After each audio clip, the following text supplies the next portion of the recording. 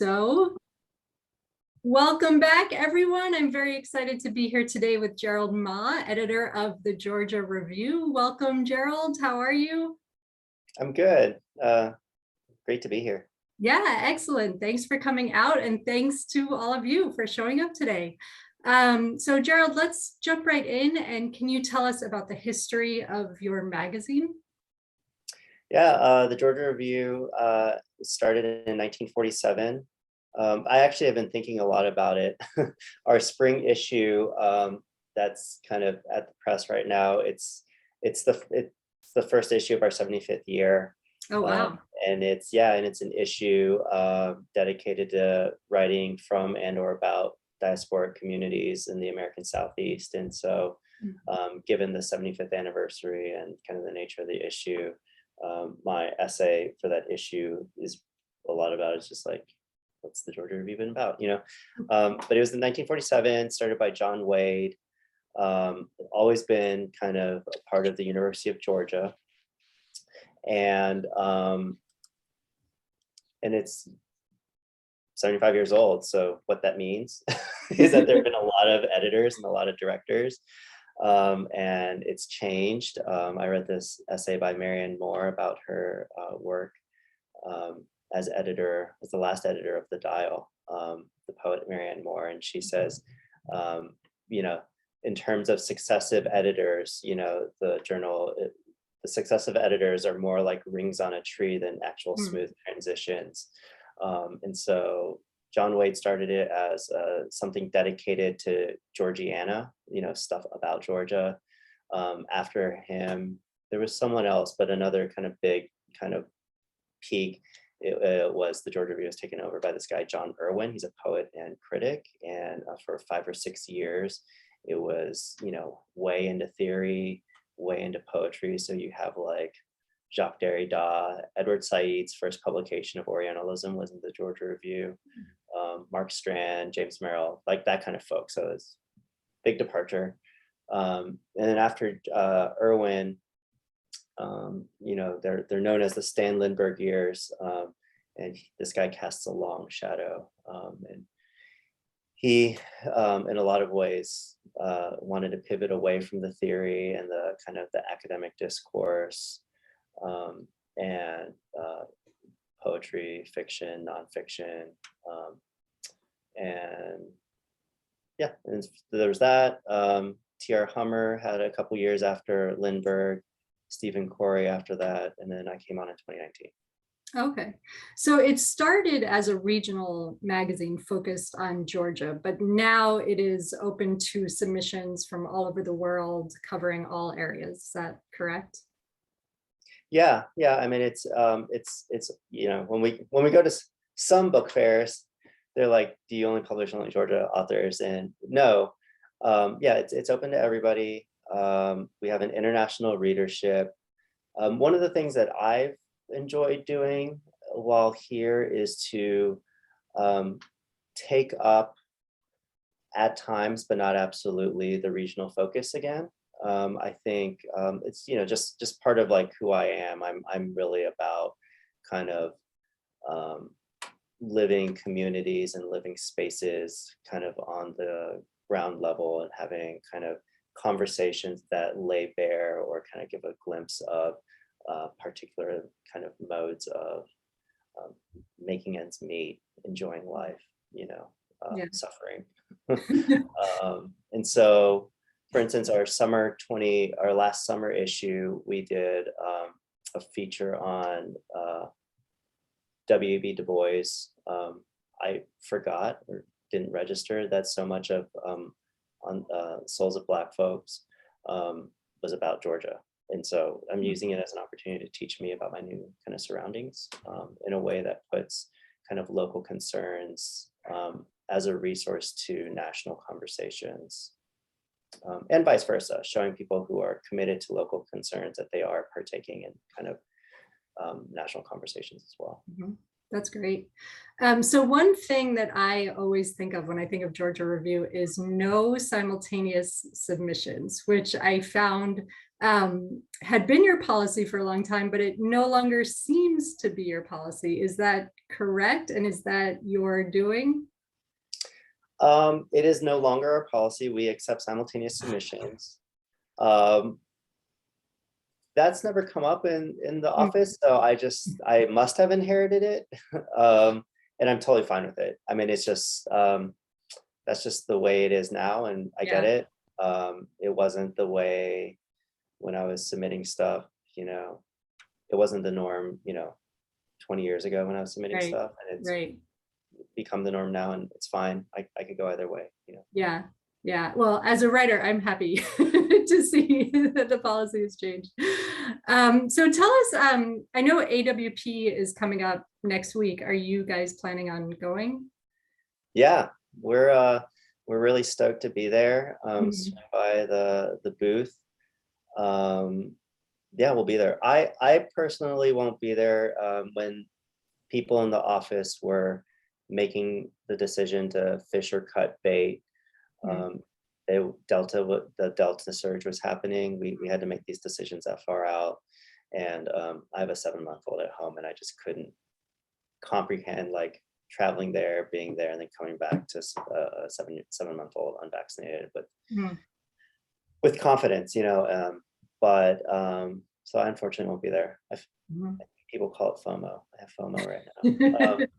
But we'll be there. Swing by, say hi, see what's up. I was lucky to be at AWP San Antonio when we were there, and it was such a thrill to talk to people, meet folks, have people just flip through books and journals like that. That kind of embodied quotidian experience is just, it's, if you can swing it, it's really fun to be at least once every. Can you, so I think you're the last editor I will speak to before AWP happens, and I've always been curious what happens behind the scenes for AWP Prep. So can you take us behind the scenes a little bit and tell us like what's going on at your magazine? What does it entail to get ready for AWP? Are you like printing more issues? Is it a scramble to get organized, or like what kinds of things are you specifically trying to promote and get into people's hands? What happens in preparation? Yeah, I mean, it's a lot. It's like preparing for a wedding in a lot of ways. Yeah, I mean, I'm lucky. I mean, wedding might not be right because there's some stuff, but so I'm really blessed, to use a Southernism, to have the personnel that I have, and so you know, I have many career positions. I have a marketing manager and a business manager, and so they really kind of take the lead on a lot of the very important kind of nuts and bolts of it. I'm there to, as the editor and director, I'm there to kind of interject when I can and whatnot. But their account is much different than ours because, you know, Sarah, our marketing manager, has spent the past week and a half like pulling out stuff from storage, deciding what to bring to sell and what not to sell.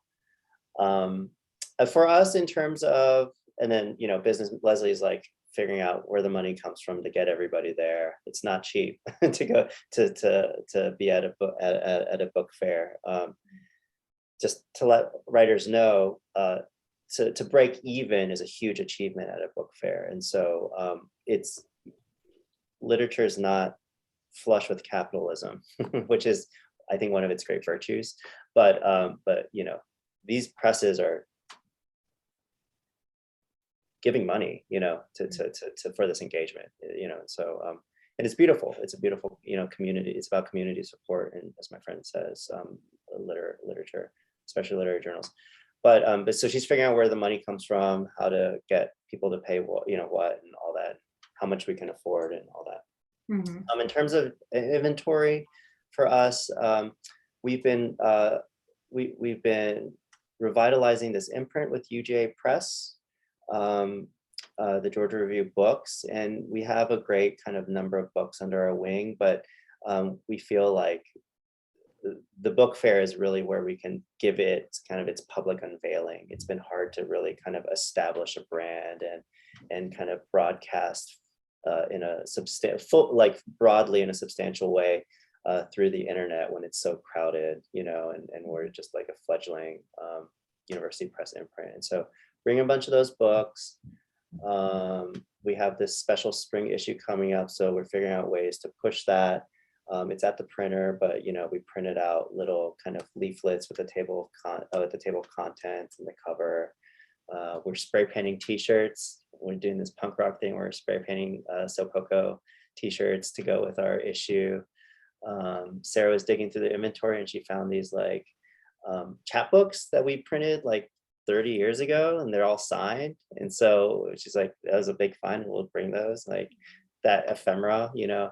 Who wouldn't want to read a Dove chapbook that was printed in the 90s that's signed, you know? Yeah. So it's a lot of just like taking stock and thinking kind of within the context while we're taking stock and dreaming things up. Mm-hmm. And so you mentioned finances and accounting, and I know a lot of university journals are feeling a squeeze right now. Have you guys experienced anything like that? I mean, yeah, well, yeah. I mean, there's no, that's it. It's mostly a product of, there were COVID austerity measures 2 fiscal years ago, and that everybody had to take a cut at that point. And we have, and those austerity measures are still in place this year. And so it's mostly that we haven't been kind of targeted in ways that, at least as I'm understanding it through the stories being written, that other places are, you know. Mm-hmm. UGA has been a great supporter of the Georgia Review throughout its entirety. So That's great. So take us through your editorial process. Is the magazine, obviously it's affiliated with the university, is it structured around a class? Are there student readers, or is it sort of separate from the university in some way? We're fully a part of the university. Our institutional affiliation is the libraries, which was a little bit of a curveball to me, but I really embraced it. I would have assumed that it would be part of the English department, but it's in the libraries. I've really embraced our institutional identity I see the libraries as a space and service oriented institution, the only one really in the university, and I really embraced that as a way to think about the Georgia Review and what it does and its publication and programming. It's building out spaces for people and being at service to campus community and the wider community. So more directly to your question, in terms of acquisition, like I said, I'm blessed to have such a full office.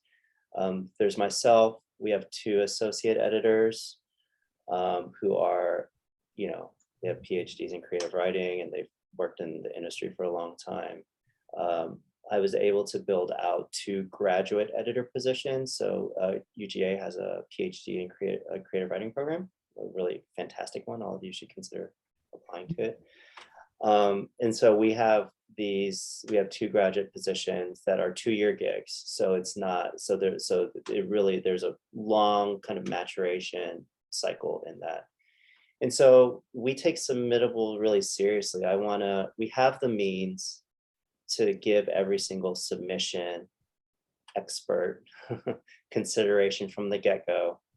And I feel like it's our duty to do that. I mean, I understand why people have, undergraduate readers to do the first, I understand why that's born out of necessity, but that's not a necessity for us. And so, our associate editors and our graduate editors, they go through every single submission. Mm-hmm. And so every single submission gets an absolute expert kind of take on the first go. And it's a bunch of conversations. It's not like running things up a flagpole.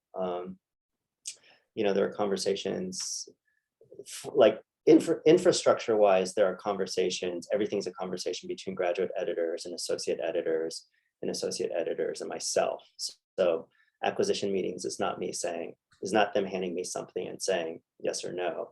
It's the three of us, the associate editors, myself, sitting down and having a full-on discussion about how to proceed with a manuscript. And there are similar conversations, congruent conversations between the graduate editors and the associate editors. And on top of that, we just talk about work all the time around the water cooler. So our decisions are born out of conversations, not about running things up a flagpole. And that's great. I have, one of my goals is to have in every single issue pieces that I don't necessarily like, but that I'll stand behind. I'm not interested in producing a journal that's to a T a product of my idiosyncratic interests. It's not a product of a genius editor in the way T.S. Eliot thinks little magazines should be. I really want to be surprised. I really want to publish things that I don't necessarily like, but I think that others will like and should like within a certain kind of confines of, conversations and standards. That's interesting. So when you say it's a piece you don't necessarily like, it has some aesthetic quality that doesn't appeal to you, like you didn't connect with the characters, or you just didn't find it that suspenseful on some level, but you feel that it's an important piece that needs to be out in the world. Is that what you're saying? Yeah, I mean, I'm not one to say. I mean,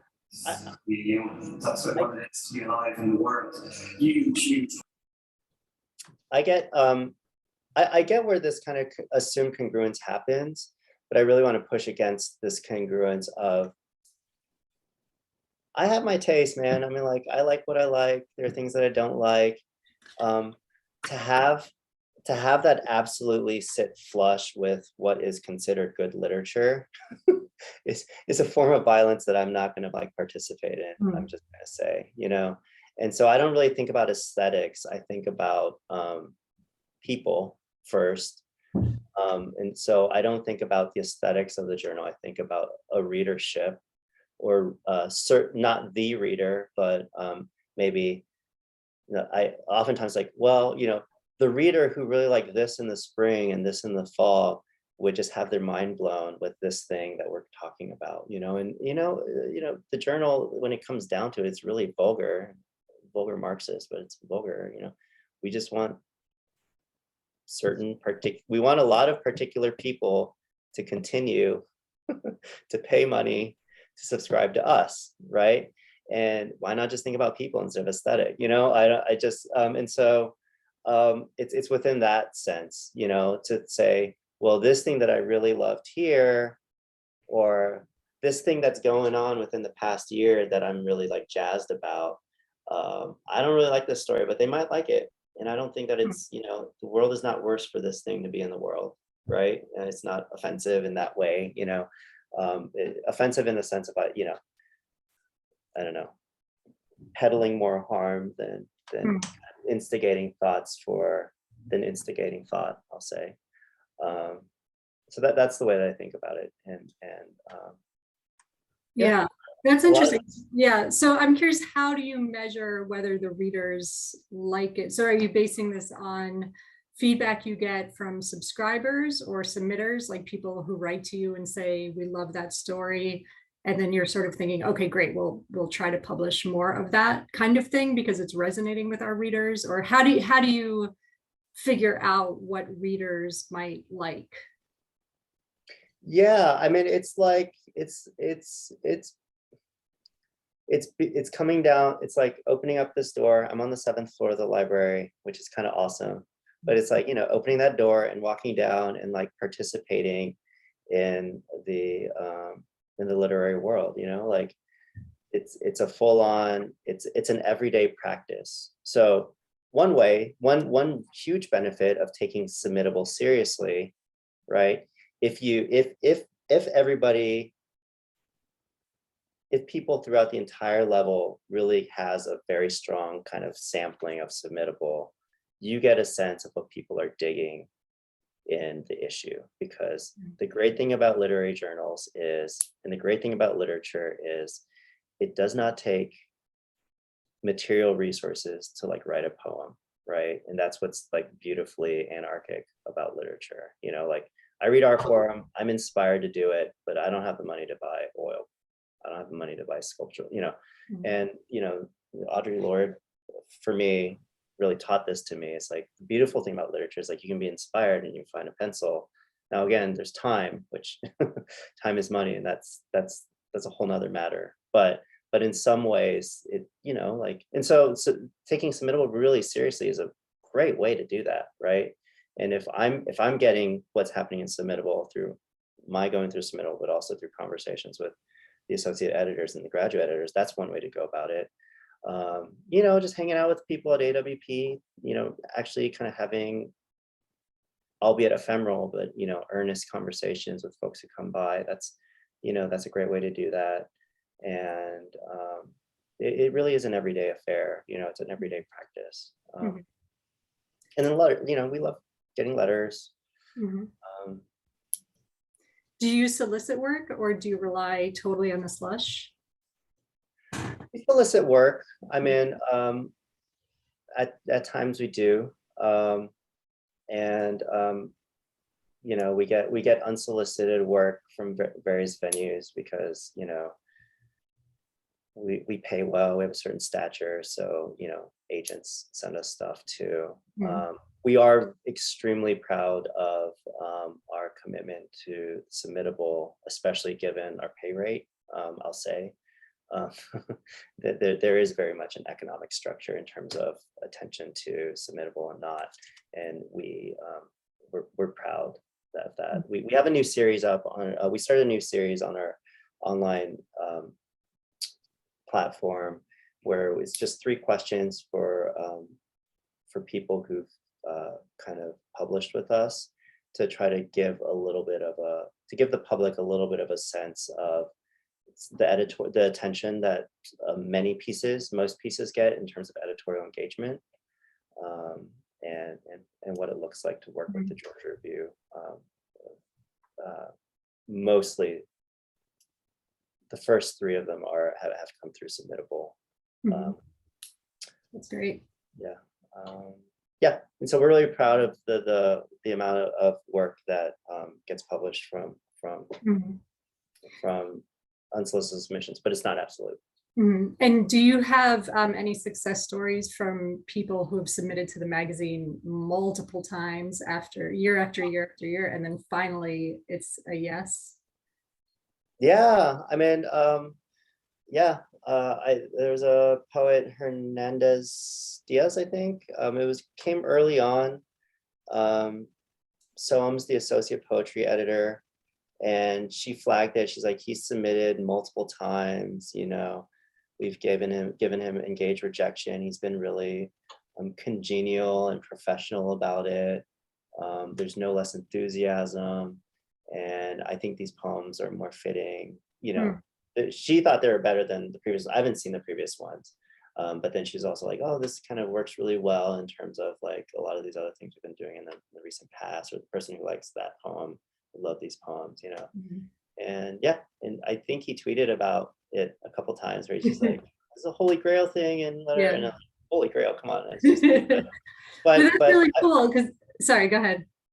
But this is just to say that, like, I mean, I'm a practicing writer too, and I've submitted, and you know, and it's I totally understand, like, submitting, like the kind of the laying bare your kind of vulnerable soul when you submit, and when you do it so often, and you know, you get a form rejection of whatever form, or even the personalized one that says no, it always hurts and it sucks. But I would just encourage writers, the more you do it, just to keep in mind how hard of a job it is for us, A, and B, just because you get a rejection doesn't mean that the institution, I mean, you're still circulating your work, and there is still a strong possibility that people are talking about your work, even if it's not being published. You know, oftentimes we see something like, oh yeah, we saw work from that person, we rejected it in another journal. You know, see something in another journal, it's like, that's great. You know, we're totally stoked with that person, and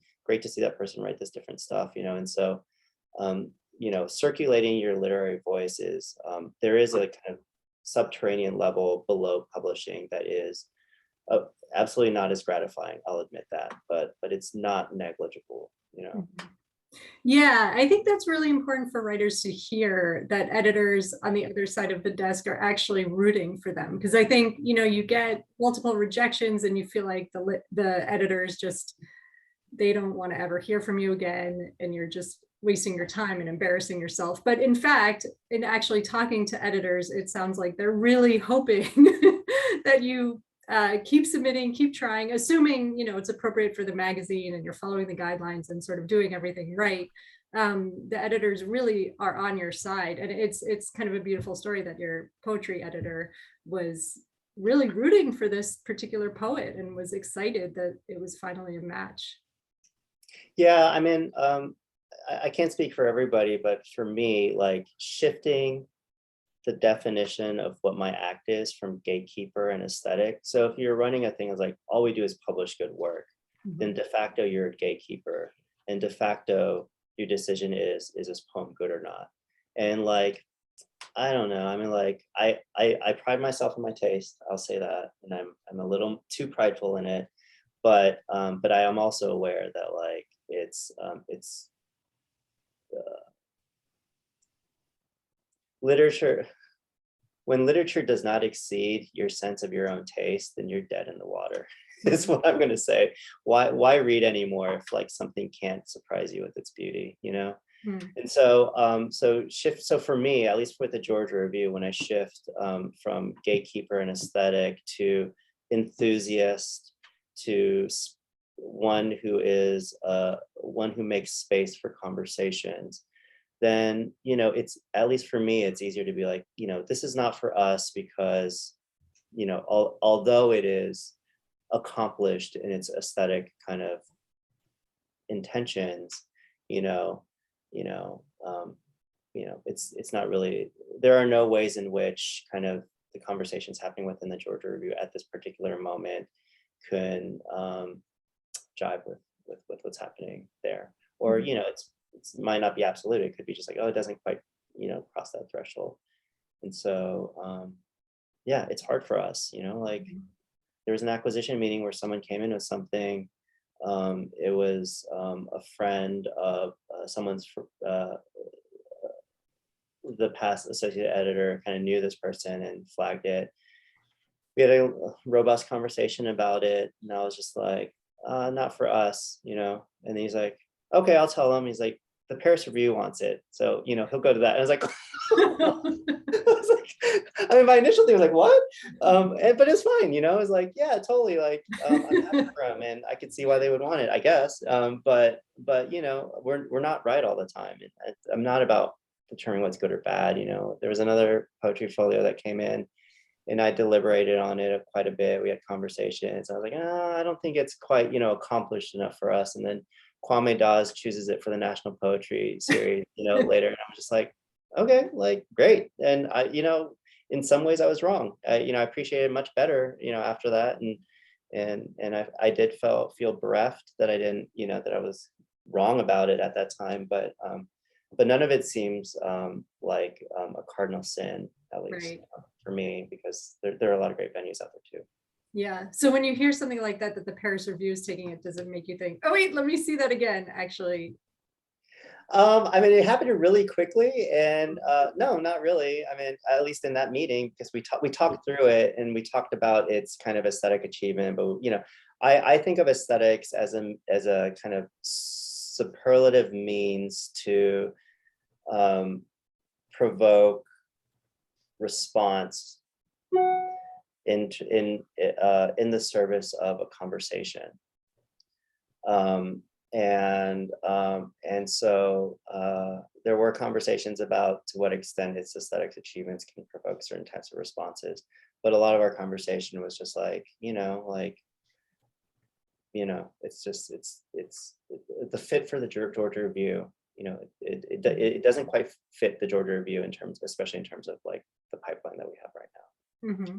So when we talk about fit, it's not like, that's not code for it's not good enough when you hear that from the Georgia Review. I'll say Right. So how would you define what is right for the Georgia Review? I would I would just go and see what we've been up to. Mhm. I would go and so let me put it this way. I I think I said it previously in this. Sometimes I forget what I said, but I see my job as first and foremost an enthusiast. So I was kind of cut my teeth on the punk and metal scene in high school and middle school, and I just think back to when I would just go out to shows, and I would go out to show and I'd want to see this band, and then I would love the other band that came before it. That kind of thrill of discovering a new enthusiasm, of having your enthusiasm kind of contagiously lead you to something else and something new, right? And and so I really see myself as that, especially for a literary journal where our job is to not only draw people in but keep people there, right? And not to fetishize newness, but that kind of the incomprehensible richness of one's particular enthusiasm is something that we want to. The unwieldy kind of growth of one's enthusiasm is something that we want to kind of feed, and so I would, for the Georgia Review, just go through the Georgia Review, see what we've been up to. We have a bunch of stuff online.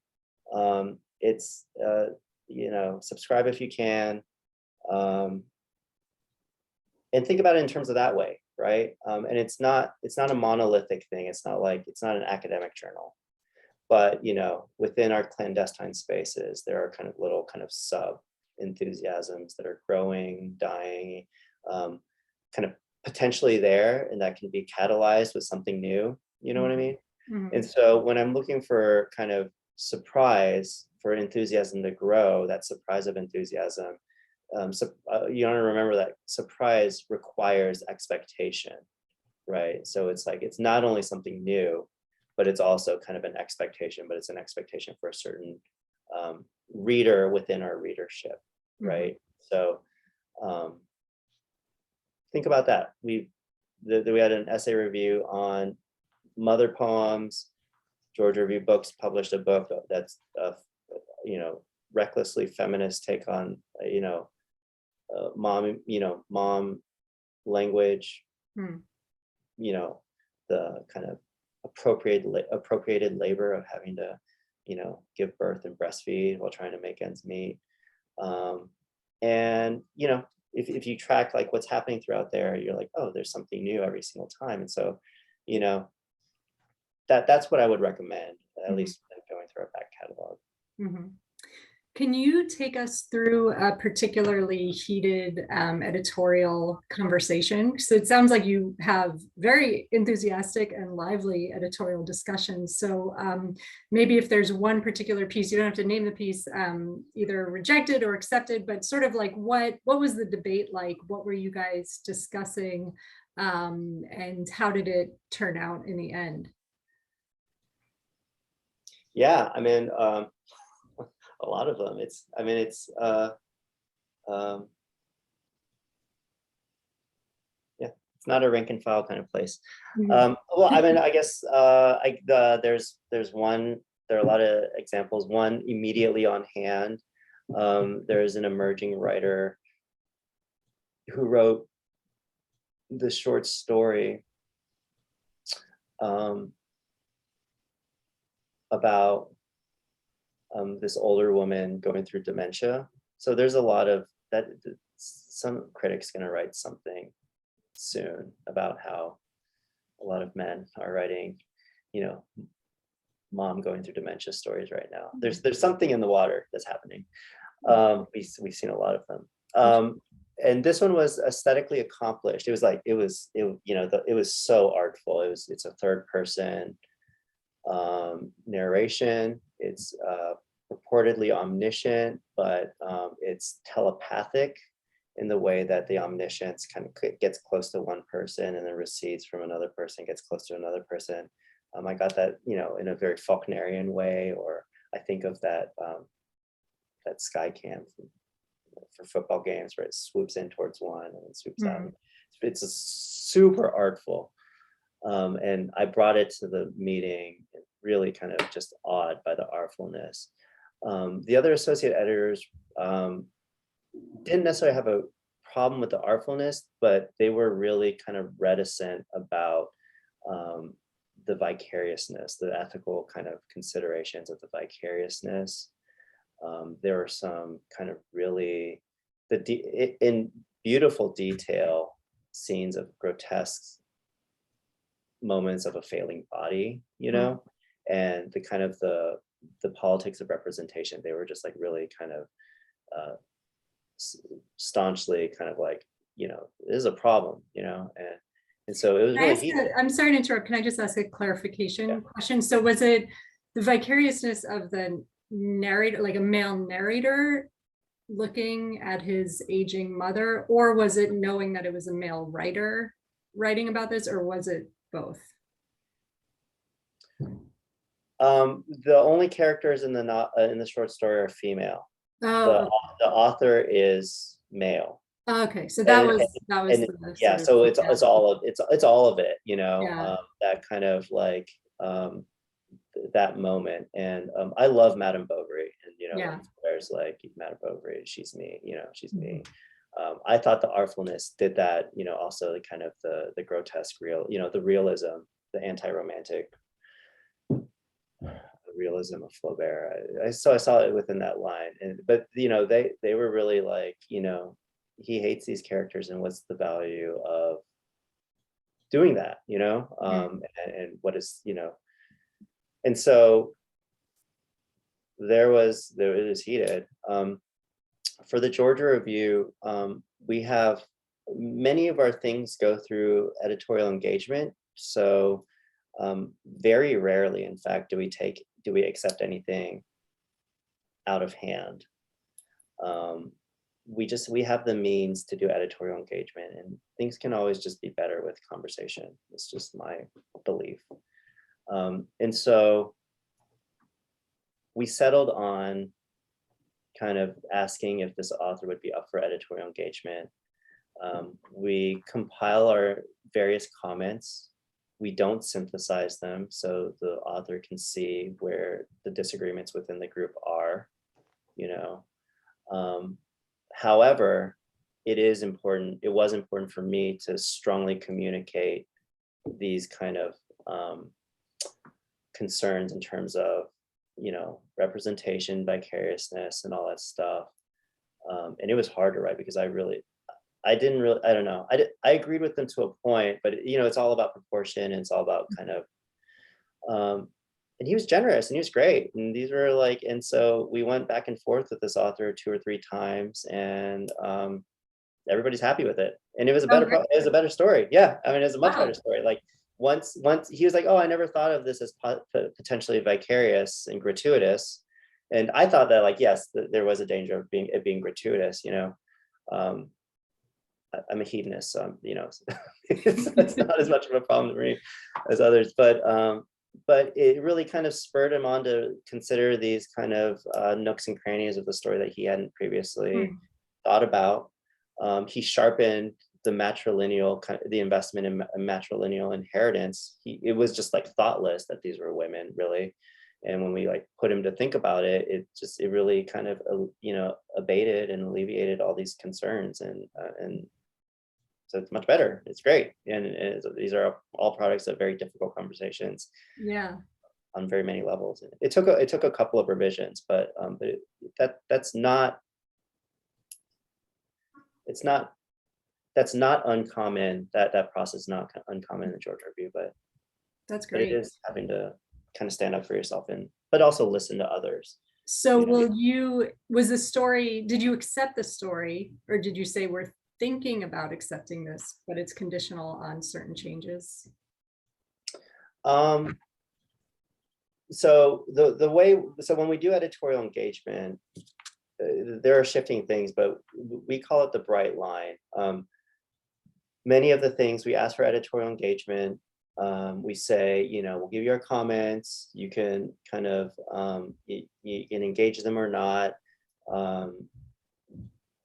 one or two acquisition meetings down the line, we'll make an official decision about accepting or kind of letting go. One of the things that we also say is like, we understand that we don't want people to work for free, but we can't, but we love this kind of commitment to editorial engagement. Mm-hmm. And so we also say like, feel free to keep these things under submission while you're under, doing editorial. We don't expect you to pull these from your other submissions, Mm-hmm. And so there's this thing that we call the bright line, and we explicitly place it in the future so people know that they're not going to be working endlessly, Mm-hmm. And that's the way it goes. This particular story we accepted like 2 days ago. Oh, great. Yeah. So can you talk about, you said the writer was very generous and agreeable, and I think this might be important for people listening to know how to work with editors.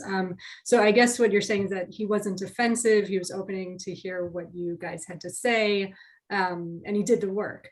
Can you say a little bit more? Have you encountered writers who were uncooperative or who maybe were less generous? And just sort of define what that means a little bit more, so people actually know how to go through this process and work with editors in a way that's constructive. Yeah, I think, so, a lot of it's just like, a lot of it's the etiquette of like corresponding, it takes a lot of work. You'll know the amount of work that goes into these comments and just realize it's like, it's money or not, or non-money or voluntary time. It's either, it's either money or voluntary time dedicated to reading it closely. Mm-hmm. And no one likes to hear anything bad about their children or their poem or their story. But once you take a deep breath, and if there's an if, I won't be absolute, but if you get a sense that this is all done in good faith, then just take that deep breath and be like, okay, let's engage. I don't, it's entirely, I obviously think I'm right all the time. But it's entire, in the end, it's your work, and so I don't want the kind of you listen to us and you're generous, and you don't listen to us, you're ungenerous. I don't want that to be so flush, there is another manuscript that came that we just worked on for a little bit. And it's a great story. There were two things like, that the editorial team thought just A, wasn't working in the story, but B, we also know that it's like a particularly entrenched prejudice against, like the second person pronoun. We're just like, we see so much of it. It's a big bar for us to cross for second person pronoun also. And so there is a particularity around that, and we did the editorial, we did a couple of rounds with this author. She was just like, she didn't want to let go of the second person pronoun. Mm-hmm. And for us it still wasn't working, and so we just kind of, at that bright line, we're just like, it's best for us to part. It's great stories in a lot of ways. We're just at an impasse with the things that you're committed to and the things we're committed to. I will say I'm really excited that she held on to her commitments, even though, the Georgia review is not fit for us, right? Mm-hmm. But I encourage her to send something, resubmit, I was like, I'd love to see something else. And she sent something, right away. And it was flagged and it was great. And I'm happy, and so she was generous. She didn't accept every single thing that we, wanted. Mm-hmm. That didn't pan out. One of the stories that the short story by Nishant Injam that was part of our National Magazine Award-winning group. So we just won the National Magazine Award for fiction, and it's one of the stories. He filled out one of those 3-question things that is part of that series that I talked about. It was really great going back and forth with him, because there were just some things that he wouldn't give up that we thought that we were entrenched about. And we negotiated. He didn't have to give it up entirely. He got to keep it, but through a long persuasion, he figured out ways. I don't know. It was just rich in the sense of like both of us standing up for ourselves, but having a professional kind of conversation amongst experts. And it's a great story. It won the National Magazine Award. Yeah, Cool. that's great. It's wonderful to hear about editors working with writers, because I tend to think that that is actually not the norm, that most editors really just want the piece, you know, to be pretty much perfect and ready to go. Would you say that you typically work with the writers you publish, or that it mostly the pieces you publish are, you publish them as you've received them? I mean, I in my mind, most of the pieces, especially the prose pieces, go through some sort of editorial engagement. Most, yeah, absolutely most. It is the exception when we're like, oh, we just took it and just went straight to print with it. As I said, I understand the kind of the material situation that necessitates such a practice of, I'm going to take it and just print it, you know, as the general protocol, and in a way we're a relic, by the generosity of the University of Georgia, where we have the personnel. I mean, we have like multiple career jobs in editing. It's just great, you know. And so we have that luxury. Why not just kind of,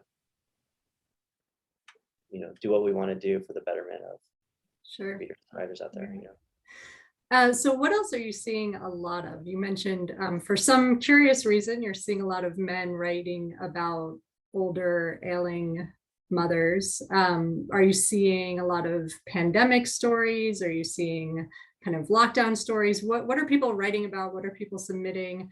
And what can you tell writers, you know, if you are working on one of these stories, maybe try to make it, you know, fresh and original in some way?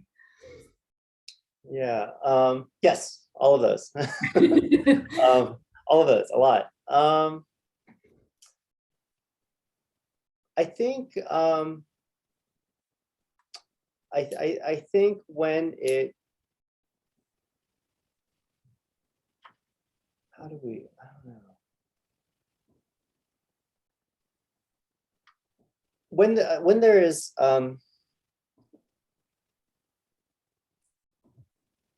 so I think the Argentinian short story writer, what's his first name, Ricardo Piglia. I don't know. I read this in the New Left Review somewhere, but he had this like short essay.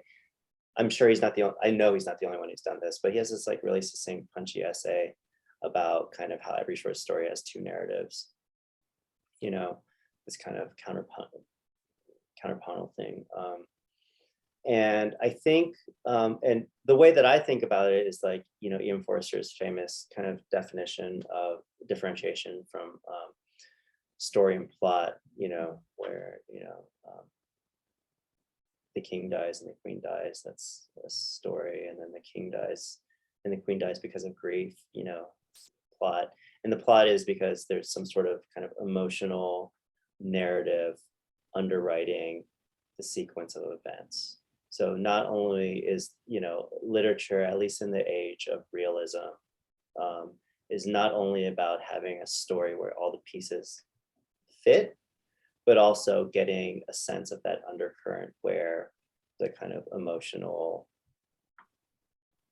or social, political, contextual, you know, if you're going to talk about Kafka, right? There are no emotions in Kafka. It's all about your circumstance, circumstantial and or emotional, kind of the circumstantial or emotional development of a live entity that need not be a person. That always, there's that kind of underlying narrative that gives us a sense of like, how does this person or thing get to a point where that person makes this decision at that point to move this story along, right? And so when you're tapping into a zeitgeist, which is totally fine and it's totally great, those two things might be too flush, or kind of the emotional narrative is just taken for granted because you're so immersed in it and you're so immersed in all these kind of narratives about it. If that makes sense, you're just bombarded with narratives about lockdown. And so you just kind of, that thing becomes generic, right? That kind of subtending emotional narrative becomes generic. And so it's just like taking the time to sit back and be like, oh, what is it really like for a particular thing or person in a particular circumstance? Rather than collapsing those two things or taking for granted what that emotional narrative actually is. You know? no matter how beautiful the language is, no matter how deft the scenes move from like, you know, one to the other. Mhm. Yeah, that's fascinating. So sort of interrogating the experience, even though it's a very familiar one, and we assume that everybody is having a similar experience, all the more reason to look for the surprising emotional element or the individual element. Yeah, I mean, and it's like, and it's just like, it often it is interrogating, but sometimes it's not. Sometimes it's, you know, there can be great pleasure in just like marking off or limbing or just like truly unpacking something that everybody takes for granted. You know what I Mhm. mean? Like it need not completely subvert or deconstruct kind of Mhm. a general sentiment. You know, a lot of Yeah. love stories are about that, right? Just taking the time and just like kind of detailing kind of how one feels, you Mm. know. It's, you know, like one of my favorite novels is um oh man, I'm talking now, I'm like Tender as the Night by Fitzgerald. And it's all it is just it's a midlife crisis novel. Mm. And I was reading a passage out loud to my wife yesterday, and it was just like, it was the idea of like being, you know, half naked, swimming in the, you know, in the beach as a woman, coming on shore, and everybody.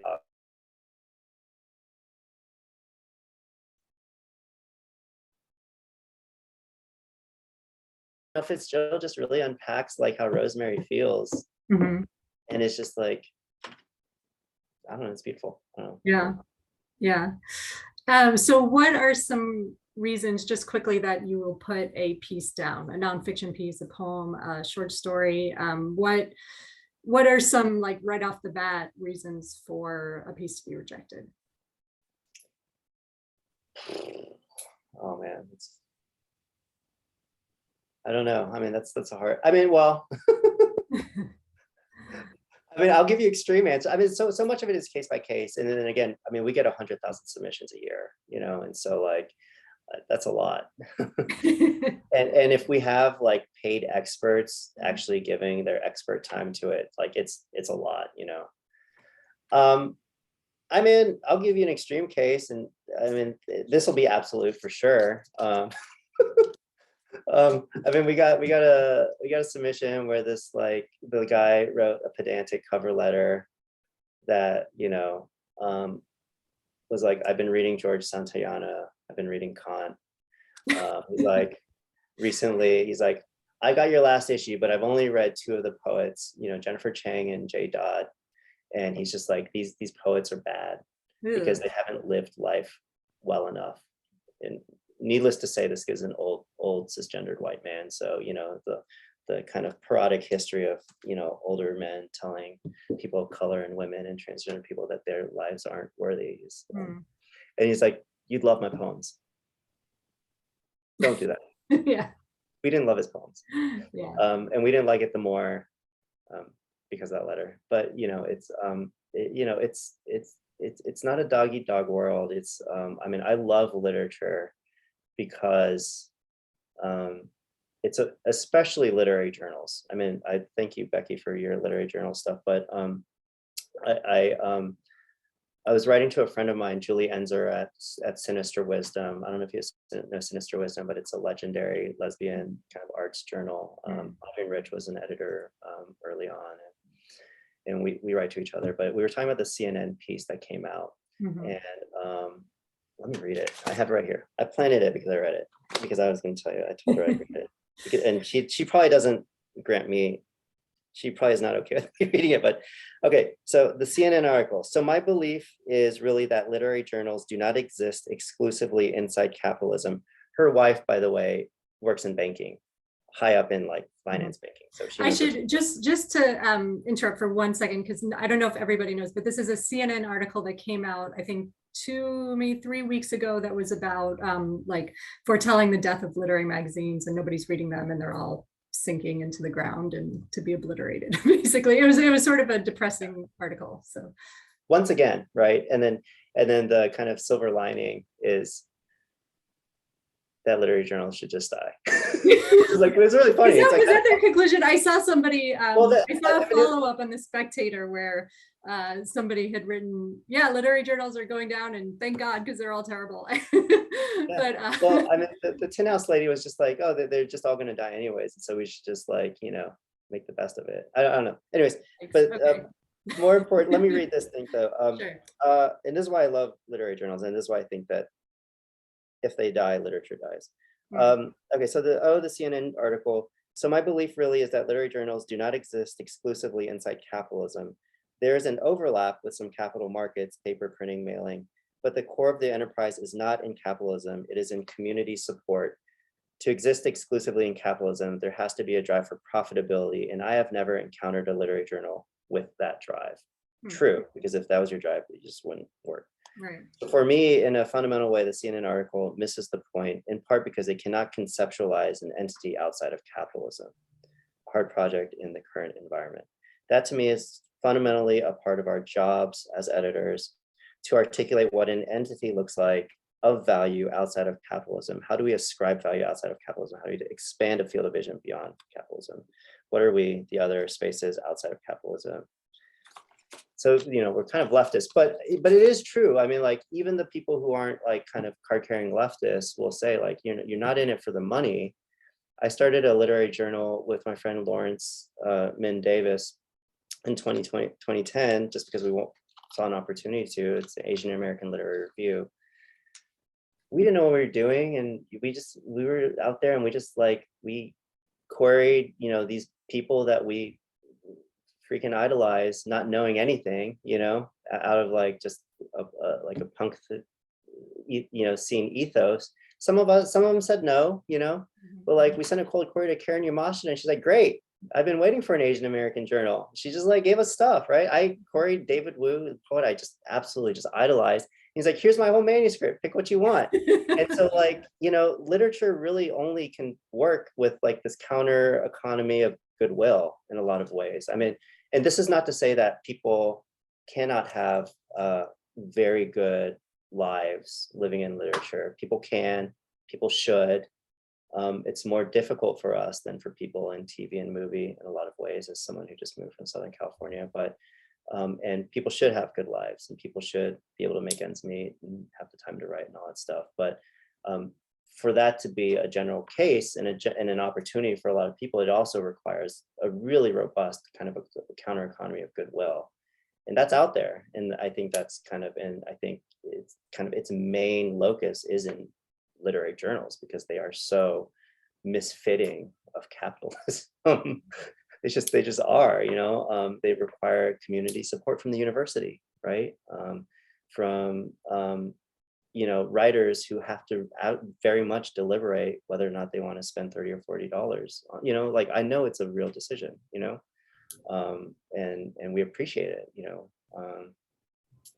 so just, that ungenerosity of that cover letter is just like, they just have the writing scene all wrong. It's like, we're not here to tell you that that you haven't lived your life well enough, and therefore your poems are bad. Like, get that guy, I mean, anyways. So you mentioned, speaking of like community of goodwill and, doing this and maybe not necessarily, getting rich from it, what keeps you going? This is a question that I ask all editors, and I know you have two very, very young children in addition to a full-time job. So how do you sustain the enthusiasm? How do you sustain the energy? How do you avoid burnout? What keeps you excited to edit this particular magazine, and sort of what keeps you enthusiastic about literary magazines in general? And we can tell CNN. Yeah. I mean, so one of the things I've been thinking about a lot is the literary journals are a very kind of singular and idiosyncratic form of audience engagement. So there is the absolute kind of hermetic euphoria of like being immersed by reading a poem or a story or an essay that you just like grips you, like it is completely immersive.